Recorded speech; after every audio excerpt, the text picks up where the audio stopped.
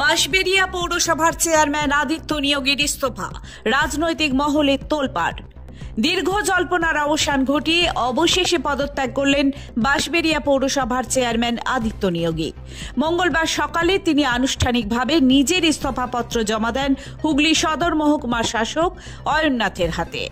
গত কয়েক সপ্তাহ ধরেই তার পদত্যাগ নিয়ে রাজনৈতিক মহলে তীব্র আলোচনা চলছিল। দলীয় সূত্রে খবর, পৌর প্রশাসনের নানা সিদ্ধান্ত ও রাজনৈতিক চাপের কারণে কিছুদিন ধরেই অস্বস্তিতে ছিলেন পৌরপ্রধান।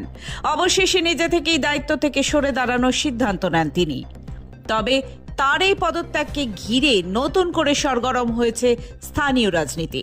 কে হবেন পৌরসভার পরবর্তী প্রশাসনিক দায়িত্বপ্রাপ্ত, তা নিয়ে ইতিমধ্যেই জোর আলোচনা শুরু হয়েছে তৃণমূলের অন্দরমহলে।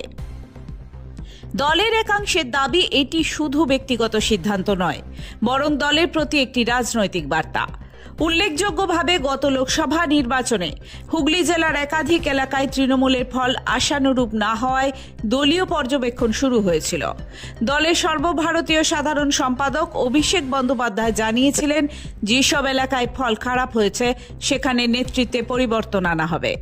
সূত্রে খবর, পারফরম্যান্স খারাপ হওয়ায় দুই পৌরসভার চেয়ারম্যানকে পদত্যাগের নির্দেশ দেওয়া হয়েছিল দলীয়ভাবে।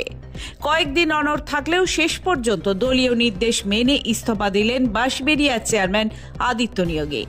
3.5 বছর ধরে বাঁশবেড়িয়া পৌরসভা বেশ কয়েকটি উন্নয়নমূলক প্রকল্প হাতে নিয়েছিলেন তিনি।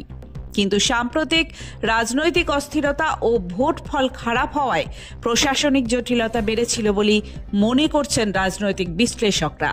গত শনিবার আপনারা জানেন, কেন্দ্রীয় কার্যকরী কমিটির মগরা থানা এলাকায় মিটিং ছিল। তারপর আমি কলকাতা ফেরার পথে আমি যখন 5টা বাজে প্রায়, তখন আমি হোয়াটসঅ্যাপ করে দেখলাম আমাকে একটা 7 দিনের মধ্যে ইস্তফা দিতে দিয়েছে। যেহেতু শনিবার ছিল, সন্দেহ হয়ে গেছিলো, রোববার ছুটি ছিল, গতকাল সোমবার ছিল, কিছু কাগজপত্র বাড়িতে গোছানোর ব্যাপার ছিল, সেগুলো গুছিয়ে নিয়েছে। আজকে টাইপ করে লিখে জমা করলো। দলের নির্দেশে আমার কাছে শিরোধার্য। নির্দেশটা কি নির্দেশ ছিল? যে শুধু ইস্তফা দিতে হবে, আর কিছু? শুধু ইস্তফা, কোনো রিজন কিছু নেই, কোনো কারণ নেই? সেটা তো সংবাদ মাধ্যমে পড়ছি এবং জানছি যে পারফরমেন্স, নির্বাচনের রেজাল্ট খারাপ হওয়ার জন্য। আমার তো 22টা ওয়ার্ড, নির্বাচনের রেজাল্ট সত্যি খারাপ হয়েছে, অস্বীকার করলাম। তবে 2019-এর চেয়েও খারাপ হয়েছিল। লোকসভায় একরকম ভোট হয়, বিধানসভায় একরকম ভোট হয়, পৌরসভায় একরকম ভোট হয়।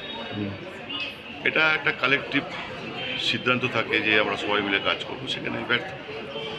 দেখুন, পরিষেবা মানুষ বলবে। আর আমি প্রায় 17টা প্রজেক্ট রেডি অবস্থায় আছে। আপনারা দেখেছেন পৌরসভায় 155 বছর হলো। পৌরসভার গেটটাও দেখবেন প্রায় 50 বছর, 55 বছর, 100 বছরে যখন হয়েছিল তখন রিপেয়ার হয়েছিল। আমূল পরিবর্তন করেছি মিটিং হল, পৌরসভার গেট।